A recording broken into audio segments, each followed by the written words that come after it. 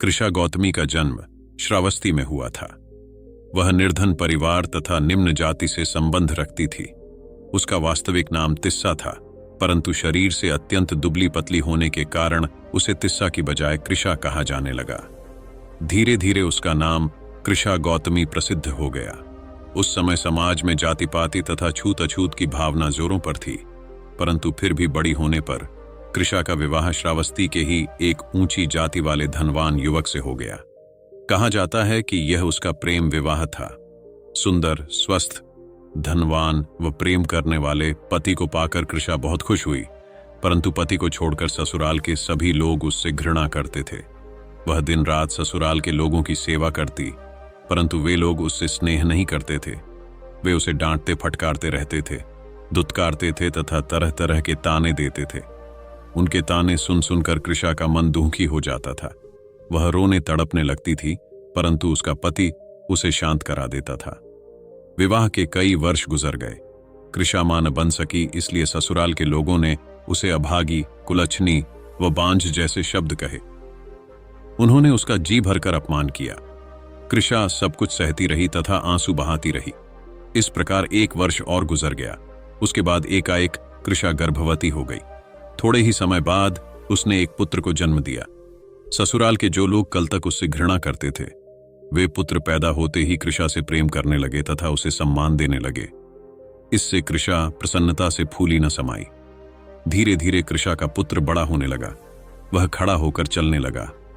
कृषा सहित घर के सभी लोग उससे भरपूर प्रेम करने लगे। बच्चा भी अपनी किलकारियों व बाल सुलभ क्रीड़ाओं से उनका मन बहलाता। सब कुछ ठीक ठाक चल रहा था कि एक दिन अनहोनी हो गई। कृषा गौतमी की सारी खुशियां देखते ही देखते मिट्टी में मिल गईं। कृषा का बच्चा प्रायः घर के बाहर बने बगीचे में खेला करता था। एक दिन उसे एक जहरीले सर्प ने डस लिया। उस बच्चे का सारा शरीर नीला पड़ गया। देखते ही देखते वह हंसता खेलता बच्चा काल का ग्रास बन गया। उसे वैद्य हकीमों को दिखाया गया तथा तांत्रिकों व ओझाओं से झाड़ फूंक करवाई गई, लेकिन कोई भी उसे जीवित न कर सका। वह बच्चा ही कृषा के सुख का आधार था।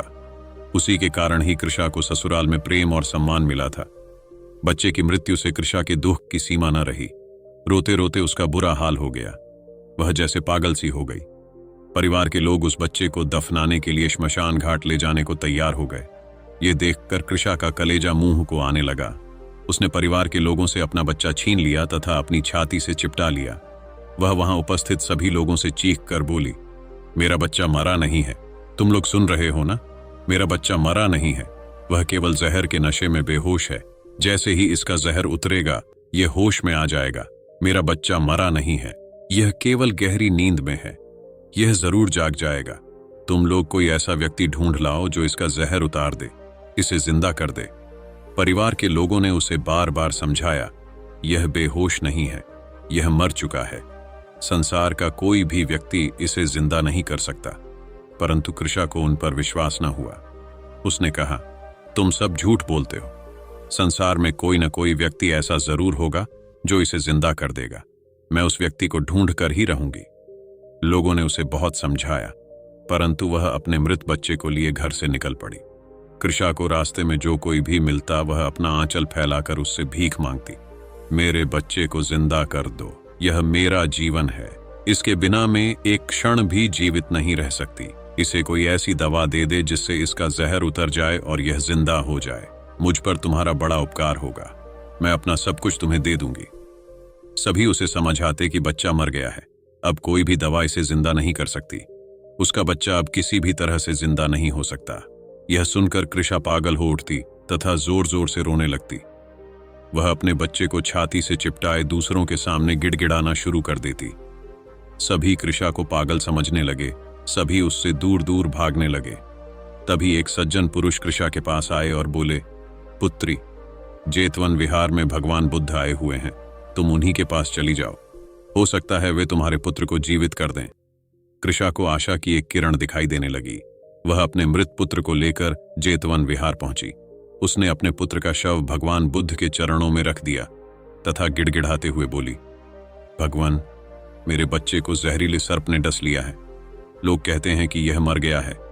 भगवान बुद्ध ने बच्चे के शव की ओर देखा, फिर शांत स्वर में बोले, हाँ पुत्री, लोग ठीक ही कहते हैं, तुम्हारा पुत्र सचमुच मर चुका है। परंतु भगवान, कृषा हाथ जोड़कर पुनः गिड़गिड़ाई, यदि यह मर भी गया है तो भी आप इसे जीवित कर सकते हैं। आप तो महान हैं, संसार में आपकी बड़ी महिमा है। कृपया मुझ दुखियारी पर कृपा करें, किसी प्रकार मेरे पुत्र को जीवित कर दें। भगवान बुद्ध ने ध्यानपूर्वक कृषा की ओर देखा। वह उन्हें मृत्यु के कठोर सत्य को समझाने की स्थिति में न लगी। उन्होंने कृषा को यह कठोर सत्य समझाने के लिए एक उपाय ढूंढा।